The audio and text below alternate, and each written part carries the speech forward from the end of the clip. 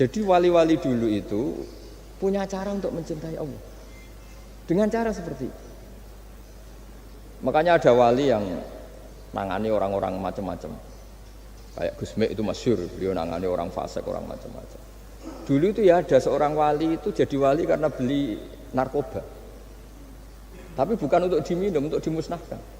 Tapi kalau sekarang nggak mungkin karena narkoba harganya sudah miliaran, triliunan. Kalau dulu mungkin. Jadi ceritanya itu kampung dulu kan terpisah-pisah oleh gunung, oleh apa. Singkat cerita si wali ini setiap ada bandar narkoba dulu pakai Homer kalau dulu arak. Dibeli sama dia. Dibeli setelah agennya pergi dilarungkan pokoknya dibuang. Begitu terus. Suatu saat si pengedar narkoba ini heran. Kampung situ itu selalu tak kirimin Homer kok gak ada yang mabuk. Tapi dibayar cash. Malah seorang ini meninggal wangi. Ternyata dia tidak ingin kampungnya itu mabuk sehingga dicegat di jalan supaya Homer ini tidak sampai ke kampung. Nah, sekarang kan tidak mungkin narkoba semahal itu. Tapi apapun itu kembali ke ulama dan umaro. Alhamdulillah di Indonesia itu ulama ya mati-matian supaya generasinya tidak terlibat narkoba dengan cara ditakutkan neraka. Umaro juga melakukan itu dengan cara ditakutkan penjara. Nah, ini yang kita sama-sama ulama wal umaro tahu aman. Kita kerjasama dengan kapasitas masing-masing. Jadi penting sekali ngaji seperti ini supaya kita tahu bahwa khazanah-khazanah kita tentang dekat sama Allah itu macam-macam. Ini khusus ijazah ini sama Pak Bima, Pak Aryo itu. Dulu Kiai Hamid Pasuruan terkenal wali. Dan di antara wirid dan dzikrul filin ada beberapa kata yang dari Kiai Hamid. Jadi dzikrul filin itu kalimatnya utamanya dari Gusme, Mbah Ahmad Siddiq, tapi ada beberapa kalimat yang dari Kiai Hamid Pasuruan. Saya tahu banyak lah karena bapak saya juga temannya Gusme dan mbah saya kandung sepupu sama Mbah Hamid. Itu kalau ada orang sepuh-sepuh Pak Bima kayak jenengan Pak Aryo disuruh ngapalkan Quran. Ya mereka protes. Masa saya hafal, Pak? Sudah lah pokoknya ngapalkan. Ada yang 2 juz mati, 1 juz mati. Karena ya sudah sepuh. Suatu saat ada ulama yang tanya, "Kenapa Mbah Hamid? Biar kamu dalam perjalanan di dunia tercatat ini bercita-cita hafal Quran. Sehingga kalau mati berstatus man salaka thariqan yaltamisu fihi ilman sahalallahu lahu thariqan ilal jannah." Orang yang mati berorientasi ingin ngaji. Tapi kalau kamu tidak punya orientasi ngaji kan di otak kita andaikan direkam Allah. Coba hati kita andaikan direkam Allah. Ingin kaya, ingin punya gunung, ingin punya alpat, ingin punya ini itu. Coba kalau itu nanti disetel di akhirat. Tapi kalau kamu ingin ngapalkan Quran kan setidaknya pas disetel so keren. Ingin hafal Quran meskipun tidak hafal-hafal gitu. Ingin hafal itu tapi meskipun nanti kalau malaikatnya drengki ditambahi meskipun. Tapi insya Allah malaikat tidak ada yang drengki. Tapi andaikan kita nanti tidak punya cita-cita ngaji, itu rekaman kita hanya itu. Ingin mapan, ingin kaya, ingin menguasai dunia. Betapa malunya kita kalau rekaman itu kita dengar di depan Allah. Padahal nanti niat ini yang dihitung. Faman kanat hijratuhu ilallah wa rasulih fa hijratuhu ilallahi wa rasulih. Orang yang orientasinya hijrah itu meninggalkan yang buruk menuju yang lebih baik. Hanya untuk Allah dan Rasul, maka ya dihitung ke sana. Jadi misalnya Pak Bima, Pak Aryo ngapalkan Quran, hafal-hafalnya. Tapi berarti perjalanannya ini mencari ridhonya Allah, itu ditulis. Tapi kalau kita orientasinya ingin mapan, ingin sejahtera, ya ditulis. Ini ingin punya rumah 2, ingin punya rumah di berbagai provinsi. Ini coba kalau itu nanti direkam. Terus ditanya Allah, inginnya kamu apa sih di dunia? Dan itu bisa menjadi status kita. Ngeri kan? Kita ketemu Allah dengan status tidak pencari Allah dan Rasul, tapi pencari kemapanan. Nah, itu cara Mbah Hamid untuk mendidik supaya orang itu orientasinya kepada Allah dan Rasul. Disuruh ngapalkan. Ini Pak Aryo cerita, bapaknya hanya disuruh ngapalkan apa? Rabbana dzalamna anfusana. Itu semalam nggak hafal. Dan alhamdulillah nggak hafalnya ditiru anaknya. Susahnya kemarin pas ngaji sama saya di kamar saya punya kantor di depan rumah saya. Ya nggak hafal-hafal. Bener-bener konsisten. Jadi dulu bapaknya itu ketemu Gus Mek ya, di hotel, dia diajarin semalam enggak. Akhirnya hafal tuh. Ya, tapi nunggu sekian tahun mungkin. Jadi yang penting, jadi ulama dulu itu pinter cara menuntun umat menuju Allah dan Rasul. Diajarin. Akhirnya ada dzikrul ghafilin. Penting orang itu menuju Allah dan Rasul. Setidaknya kalau direkam itu nanti saya ingin ya Allah dapat ridhomu. Kalau malam ilahi anta matlubi, ilahi anta maqsudi wa ridhoka matlubi. Meskipun semalam hanya dilafatkan sekali, setidaknya Allah mencatat, ya Allah engkau yang kami cari, ridhomu yang kami cari. Kalimat itu kalau terulang-ulang itu menjadi mental dan lama-lama jadi status. Daripada sebelum tidur, kapan ya sugih. Dari Pak Bima, kapan gak jadi anak buah. Engkau nanti yang menteri ya mikir, semoga gak kena reshuffle, gitu terus pikirannya. Nah ini kan, kalau ngaji saya menyinggung, yang salah tidak saya, sing ngongkor ngaji sopo. Saya makanya saya santai saja. Sampean kecewa malah bagus lah, karena tidak ngel-ngelo saya lagi. Saya dalam hal ini itu anut mazhabnya Imam Syafi'i. Imam Syafi'i itu, saya punya kitab, namanya Diwanus Syafi'i. Itu kalau orang tidak senang itu paling bagus menurut saya. Pak Imam Syafi'i, separuh kampung tidak senang jenengan. Ya bagus lah, kalau nggak senang tidak akan utang duit, nggak pinjam mobil. Wong nggak seneng itu kan nggak mungkin pinjam uang. Saya pernah ketemu seorang bupati cerita ini, nggak perlu saya sebut. Bupati aktif. Setelah saya cerita ini, terus Gus saya ingin ketemu jenengan empat mata. Setelah ketemu saya lucu. Saya akan cerita. Di antara wasiat bapak saya itu unik Pak. Hak ngelola wong gedeng gue enak, sing ribet itu ngelola wong seneng. Jadi ngelola orang benci itu mudah. Yang ribet itu ngelola orang senang, itu mahal sekali. Itu dulu saya tidak paham. Bareng kenal wong seneng ngel-ngel no. Nak sing ra seneng kan sudah selesai. Akhirnya Imam Syafi'i dan separuh kampung ini tidak seneng jenengan. Ya bagus lah. Mereka tidak akan utang saya, minta tolong saya. Artinya orang dulu itu jadi yang seneng dikelola untuk teman kebaikan, yang nggak seneng dianggap menjadi harga itu murah. Singkat cerita terus bupati ini datang ke saya cerita. Yang jelas gak bupati Rembang, ya ada usah. Cerita di bawah beduk. Cerita, iya Gus. Rival politik saya ketika saya kalahkan itu selesai. Tapi mitra politik nanti saya kirung barber. Jadi orang dulu itu segampang itu ngelola kehidupan. Artinya yang seneng ya penting, kita butuh mitra. Yang gedeng ya nggak apa-apa lah. Barokahnya gedeng itu tidak ganggu anda kan. Asal sing gedeng aja dukun santet ribet itu kalau nanti. Ketika Imam Syafi'i diceritain orang yang tadi nyium tangan jenengan, yang sama jenengan diluk hormat, di luar itu memaki-maki jenengan. Kata Imam Syafi'i, baguslah, berarti saya wibawa, di depan saya tidak berani. Jadi beliau seenteng itu melihat dunia. Jadi orang dulu itu makanya mereka gampang jadi wali karena radhiyallahu anhum wa radu an. Jadi orang yang melihat Allah itu sudah ridho ya sudah. Nabi Musa itu kekasih Allah, kalimullah. Itu orang Israel. Itu yang gedeng yo ngel-ngel no, yang seneng yo ngel-ngel no. Malah paling ribet kalau ngadepi orang Israel. Singkat cerita Nabi Musa itu bilang gini, ya Allah, kasih saya ijazah. Yang dengan ijazah itu orang terbungkam semua, tidak bisa ngeritik saya, tidak bisa mencibir saya, tidak bisa ngata-ngatain saya. Jawabnya Allah itu lucu. Ya Musa, hadza syai'un lam asna'hu li nafsi, fa kaifa asna'hu bika. Aku pangeran sing salah paham akeh, pemen aku kowe trimo nabi. Aku iku pangeran sing salah paham mbek aku akeh. Jadi saya ini Tuhan. Yang cara pandang tentang saya keliru itu saja banyak, apalagi kamu. Mestinya saya yang terbebas dari disalahpahami. Karena Nabi Musa aku itu pangeran, darani anak di bojo, ono sing darani aku fakir, ono sing darani aku kikir, macam-macam. Orang Yahudi itu kalau rezekinya baru sempit itu bilang ini Tuhan kikir sekali. Sampai laqad sampai Allah qala alladziina qalu innallaha faqir. Artinya pejabat juga gitu, kalau salah kebijakan juga dihujat. Ini tidak mensejahterakan rakyat. Itu kalau lapor Allah jawabannya gitu, kamu pejabat salah pahami ribet, saya Tuhan saja disalahpahami. Jadi orang dulu itu segampang itu ngelola hubungan dekat dengan Allah. Jadi pakai rasa.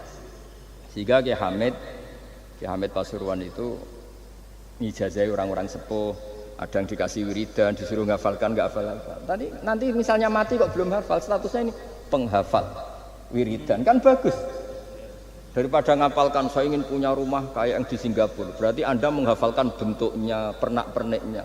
Bila perlu Anda menghafalkan nomor arsiteknya siapa. Masa Anda hafal tentang cari ridhonya Allah, hafal bangunan milik orang lain dan bayangkan punya. Kalau Anda mati pas seperti itu, berarti tujuan kamu ya untuk seperti itu. Itu famangkana hijratuhu ila dunya yusibuha aw imra'atin yang kihuha fa hijratuhu ila ma hajara ilaih. Jadi nanti kita mati itu distatuskan sesuai komitmen kita ingin apa, itu status kita. Jadi kalau kita ingin punya rumah mewah kayak yang di Singapura, kayak yang di Amerika, kayak di Eropa, itu terekam di otak kita, terus kita ngapalkan arsiteknya namanya siapa, itu di rumah mana, terus kita ngenangen ada arsitek yang kita bawa ke sana supaya niru.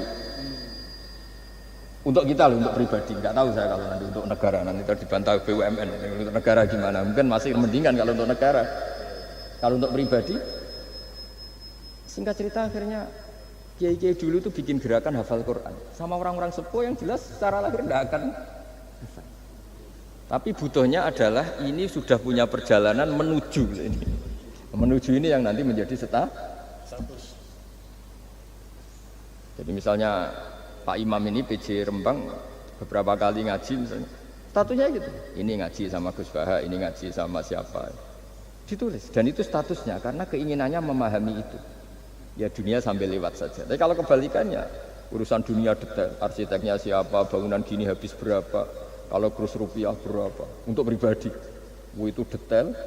Pas urusan ngaji sekenanya, kadang sampai punya guru aliran sesat apa nggak tahu karena pas urusan akhirat sekenanya, akhirnya sedapatnya, ternyata ada guru, ada kiai tapi dukun. Saking sekenanya urusan akhirat, tapi kalau urusan dunia detail. Makanya banyak orang ditipu oknum ya, oknum yang sebenarnya agak kiai tapi ngaku kiai, sebenarnya dukun. Itu saya kadang ya senengnya itu betapa mereka diingatkan, urusan dunia nggak pernah ketipu, kok urusan akhirat ketipu. Berarti apa? Urusan dunia detail, urusan akhirat nggak detail. Sampai dukun bermacak kiai saja sudah bisa nipu. Sementara kontraktor asing yang mau nipu tidak bisa karena dia ngerti detail jejak rekamnya apa gitu. Tapi kalau nyari kiai sekenanya, lu ini tidak nyindirin ngomong fakta. Ya cobalah itu diangen-angen lagi. Terus ini yang terakhir, ini khusus pada teman-teman saudara-saudara kita yang nangani khatamannya Gusme. Saya tadi ngasih naskah ke Pak Aryo supaya sampai ke beliau-beliau.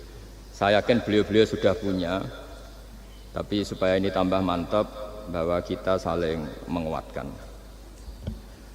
Ini saya baca ya. Ini kitab yang dipakai referensi tim lajnah penerbitan mushaf Arab Saudi dan seluruh dunia, termasuk saya. Jadi tradisi khataman kita, tadi kan kita bicara khataman. Ya saya ulang lagi, tradisi khataman kita itu kan justru ditutup dengan wa ulaika humul muflihun. Ya. Jadi tidak minal jinnati wan nas, tapi diakhiri wa ulaika humul muflihun. Jadi khataman kita misalnya minal jinnati wan nas, biasanya yang baca Quran terus baca Fatihah, terus awal Baqarah sampai wa ulaika humul muflihun. Nah tujuannya adalah supaya kalau khatam itu memulai lagi. Ya kalau langsung an-nas minal jinnati wan nas berarti dia bangga dengan berakhirnya baca Quran. Pertanyaannya, dengan Anda ketemu Allah, seneng ya jagungan mau aku sebar. Betapa buruknya kita jadi hamba. Kayak kita dulu ketika ngaji, nah baru hure ngajine wis bar, berarti nganggep guru problem. Makanya bangsa Indonesia itu ya agak lambat pinter karena sekolah juga dianggap problem. Pas masuk merengut, waduh sekolah. Pas bubar seneng, waduh wis sekolah. Jangan-jangan kita sholat juga gitu, ono adzan, waduh wis adzan. Jadi ini belum makam wa qurratu aini fi sholat, padahal cirinya orang baik itu menikmati sholat itu. Ciri utama suka ilmu ya nikmati pelajaran, enggak ini pelajaran bareng guru, waduh Udah gitu matematika, waduh. Nah, kita baca Quran harusnya asik, karena di situ munajat sama Allah. Ketika selesai harusnya nyesal, waduh, baru asik sama Allah kok sudah selesai. Dan Allah punya alasan untuk menyalahkan kita, karena kita misalnya baru seneng-senengnya pacaran misalnya, kan tidak mau akhir. Kenapa pas seneng Allah seneng berakhir? Nanti kalau kamu ditanyakan gitu tidak bisa jawab. Nah, pakai analogi itu makanya jangan pernah merasa akhir kalau baca Quran. Minal jinnati wan nas, terus baca Fatihah, terus memulai lagi. Wa ulaika humul muflihun. Sebagai bukti ya Allah, ini khataman sementara. Tapi saya akan berlanjut lagi, terus dimulai betul. Sehingga ijazah kiai-kiai kuno kalau orang haji atau umroh itu supaya kuat haji lagi, kalau ijazah kiai kuno itu sederhana. Disuruh ngomong gini, "Bah, Ka'bah, ini saya mau pulang, miliki rumah. Nanti kesini lagi." Dah ya gitu, sudah pulang. Jangan setelah selesai ibadah haji seneng karena mau pulang. Berarti ibadah dianggap problem, rumah dianggap segala-galanya. Jadi itu ada filosofinya. Nah, ternyata tradisi seperti itu mudawwan. Mudawwan itu dibukukan. Ya, saya baca ini di kitab Ghaisun Naf'i, karangan Imam Waliullah As-Sofakusi. Saya baca saja. Nanti yang ngerti bahasa Arab biar diartikan sendiri, yang nggak ngerti nanti saya bantu. Takmilun. Ya, ini khusus para hafid tadi yang ikut khataman, mohon didengarkan. Takmilun fi masaila tata'allaku bil khotmi. Al-ula sabatan nasu anil maki min riwayatil bazi wa kumpul wa ghairihima annaman qara'a wa khotama ila akhirin nas qara'a al-fatihata ilal muflihun min awalil baqarah wa sa'al amalu bihada fi sa'iri biladil muslimin.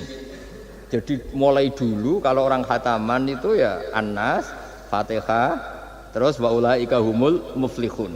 Dan cara seperti itu wasa al amalu bihada fi sa'iri biladil muslimin. Semua negara dunia ya sama seperti itu. Hanya tradisi yang dilakukan bapak saya sampai semua guru-guru kita, guru Quran, termasuk yang di Jantiko dulu, sama sih dulu namanya Jantiko, lama-lama mantap ya. Itu sudah benar itu. Jadi mungkin teman-teman sudah melakukan tapi nggak tahu filosofinya. Ini saya bantu. Filosofinya adalah supaya kita tidak merasa mengakhiri baca Quran, tapi sekaligus memulai. Kalau nak kue niat ngakhiri tenan itu seakan-akan kan baca Quran itu problem. Terus ketika berakhir kita senang.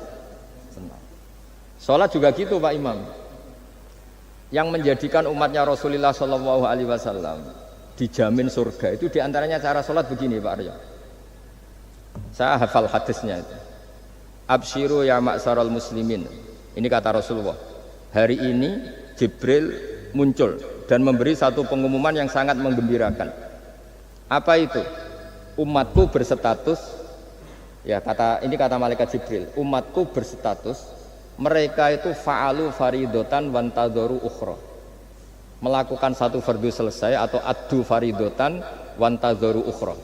Jadi misalnya tadi saya sholat subuh, status saya ditulis oleh malaikat Jibril, Hak tadi sholat subuh. Dan ketika saya ditanya, Hak kok ijek urip sampai jam 10, jam 11, ngenteni apa sholat duhur. Ketika sholat duhur selesai, orientasi saya ngenteni sholat asar. Begitu seterusnya. Sehingga statusnya umatnya Nabi adalah addu faridotan wantadzoru ukhra. Komitmennya adalah melakukan satu fardu dan menunggu yang lain. Berarti kita dihimpit di dua kebaikan. Kebaikan sudah kita lakukan dan kebaikan yang lain kita cita. Kita sekarang ngasih anak yatim. Di hati kita juga ingin mengasih lagi. Ngasih orang miskin juga gitu. Begitu juga kebaikan-kebaikan yang lain. Sehingga kita dihimpit di dua apa? Kebaikan. Kebaikan yang kita lakukan dan kebaikan yang kita angankan ya, atau kita cita-cita. Ya sudah begitu. Sehingga dengan cara seperti itu orang Islam itu nyaman. Bayangkan kalau kita berstatus punya rumah dan punya rumah lagi, ingin punya mobil lagi, berarti satu itu minat dunia wa ilat dunia, minat dunia ilat dunia. Itu kalau pas mati, pas khayalnya begitu, Allah posisinya di mana? Ya ini sudah siap ya, setor ya, Ataman. Siap Pak Bima ya. Ya, siap. Nanti sampai berapa juz rencananya? 30 dulu. 30. Sampai 30 juz apa juz 30? Juz 30 dulu. Juz 30 dulu.